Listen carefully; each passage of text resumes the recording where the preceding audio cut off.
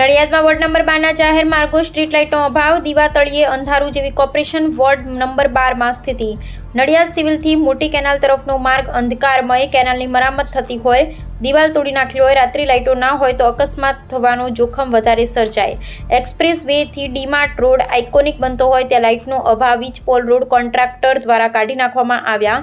Side પર લાકડાના dome પર સ્ટ્રીટ લાઇટ લગાવવામાં આવે તો સંભવિત અકસ્માત ટાળી શકાય.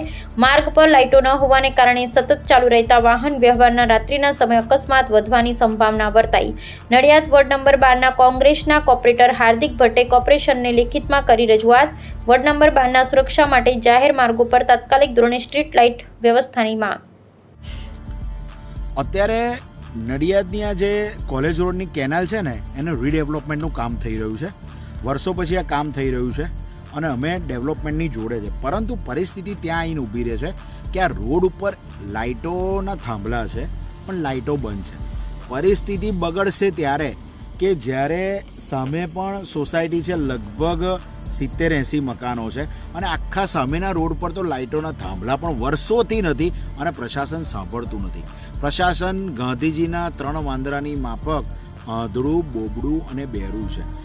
આ લાઇટો જો નાખવામાં આવે ને તો અહીંયાથી રોજની હજારો લોકોની અવરજવર જે છે ને તેમને રાત્રે પણ જવામાં તકલીફ ના પડે. અત્યારે રસ્તામાં જાય, કોઈ નહેરમાં પડે તો એનું જવાબદાર પ્રશાસન રહેશે. સીધી જો આની અંદર કોઈ પણ પ્રકારનો અકસ્માત થયો તો એનું સંપૂર્ણ જવાબદાર પ્રશાસનને ગણીને તેમના ઉપર પોલીસ કેસની કાર્યવાહી કરવામાં આવશે, કોર્ટમાં લઈ જવામાં આવશે. એના કરતાં પ્રશાસન જાતે જાગીને આ થાંભલા છે, એના વાયરો છે, નવી લાઇટો નાખી દે કે જે ચાલુ લાઇટો બંધ છે એ લાઇટો ચાલુ કરી દે તો લોકોને રાહત મળે. ને સામે જે અત્યારે અત્યારે તમારું ડેવલપમેન્ટનું કામ ચાલતું હોય તો તમે અત્યારે ટેમ્પરરી થાંભલા ઊભા કરી, જ્યારે ગણેશ મહોત્સવ હોય છે ત્યારે આપણે લાકડાના થાંભલા જે બંબુ ઊભા કરી અને એના ઉપર ફ્લડો મારતા આવીએ છીએ. તો અત્યારે ટેમ્પરરી પ્રશાસન જો ડેવલપમેન્ટ જ કરી રહી હોય તો ડેવલપમેન્ટમાં પ્રજાને તકલીફ ન પડે તેના માટેની પ્રથમ તેમનો ગણતરી હોવી જોઈએ. માટે પ્રશાસનને તાત્કાલિક ધોરણે વિનંતી છે અને આજે પત્ર આપ્યો છે એટલે તાત્કાલિક ધોરણે નહેરની બંને સાઈડો તાત્કાલિક ધોરણે લાઇટો નાખી.